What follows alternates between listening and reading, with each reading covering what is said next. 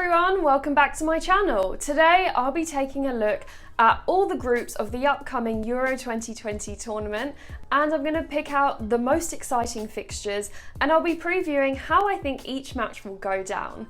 This Euro series is brought to you by Kitbag, the worldwide leader for official football kits, so do check out their Euros range on the link in the description. Right, remember to subscribe for more football content, and let's get into the video.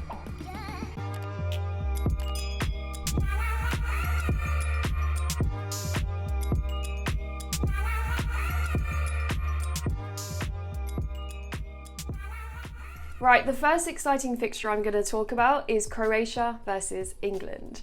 A repeat of the 2018 World Cup semi-final, and since Mario Mandzukic scored the winner in that game, the Croatian team have changed a fair bit, with Mandzukic himself announcing his international retirement shortly after their World Cup final. Vedran Čorluka and Daniel Subasic, who were also key cogs of that special squad that reached the final, they also announced their retirement after the final as well. And Croatia still have superb players in their team, don't get me wrong. Luka Modric, Mateo Kovacic, Ivan Perisic, Ante Rebic and Andre Kramaric, just to name a few. And Kramaric has had a standout season this year for Hoffenheim with 20 goals and 5 assists. England, on the other hand, haven't had that much of a squad change compared to the 2018 World Cup.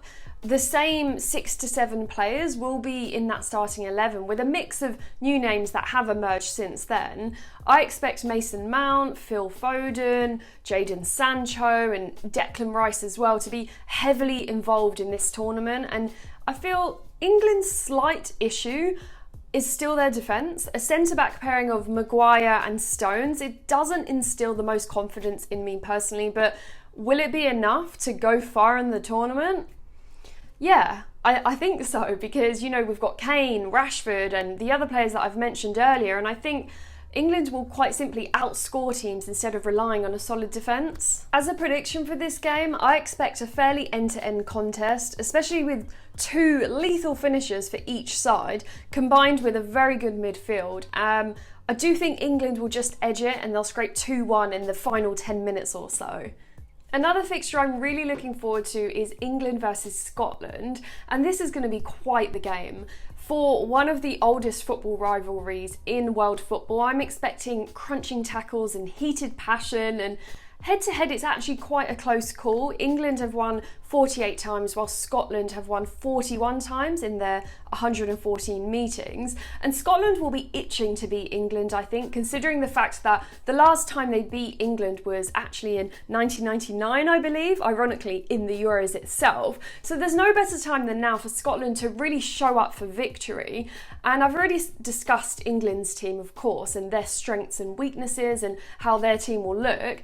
And if we just take a look at the Scotsmen, so they really have some decent players on the squad list. Scott McTominay, of course, Andy Robertson, Kieran Tierney, John McGinn, and Shay Adams as well. And these are all Premier League established players, and they just form the backbone that Scotland can build their team around. I'd expect Scotland to be quite aggressive this game, as emotions will be flying high, and I think they will be rewarded.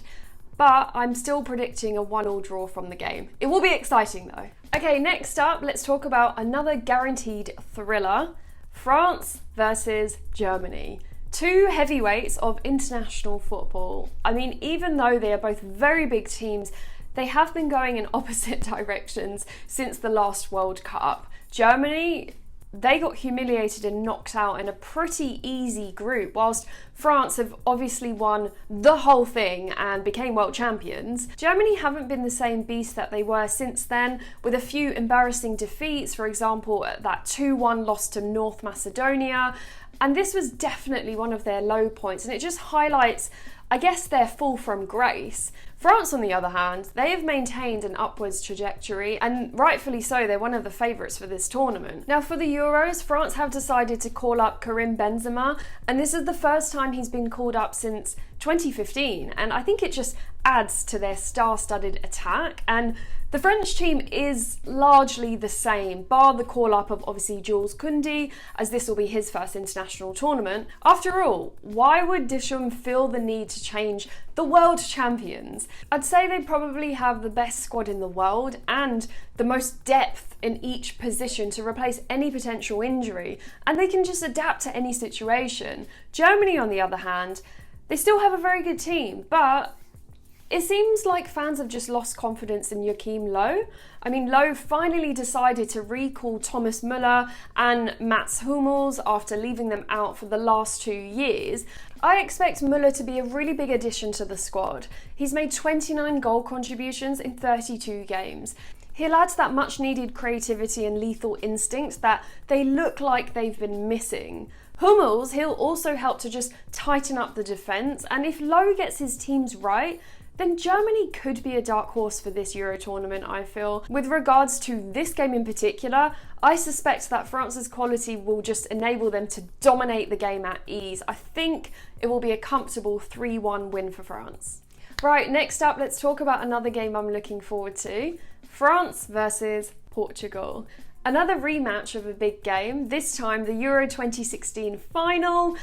That was quite an interesting one. Although it was only 1-0 to Portugal, France dominated that game and they had many chances. They hit the woodwork multiple times and they probably feel that they should have won that game.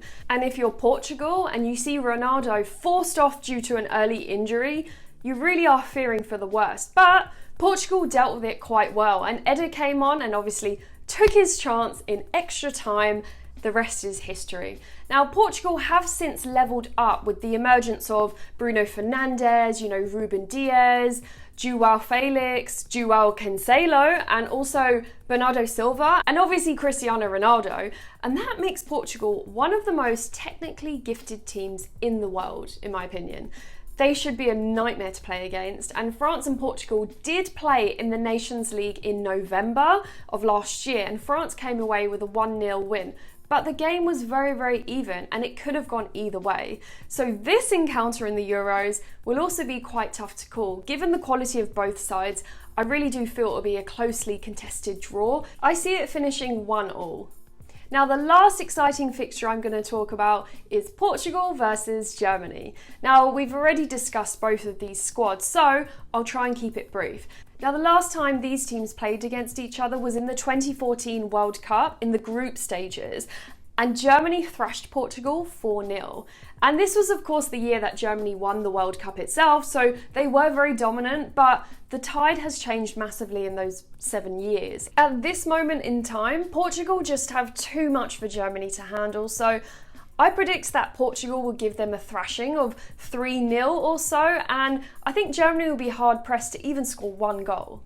And there you have it. There are my predictions for the most exciting Euro 2020 fixtures and how I feel each one will go down. Do you agree with me? Have I missed any out? Comment below and let me know. I always like hearing from you guys. Remember to check out the full Euro 2020 range on the Kitbags site and use the code in the description below for a discount when you're shopping. Thanks a lot for watching, guys, and I'll catch you in the next one. Bye for now.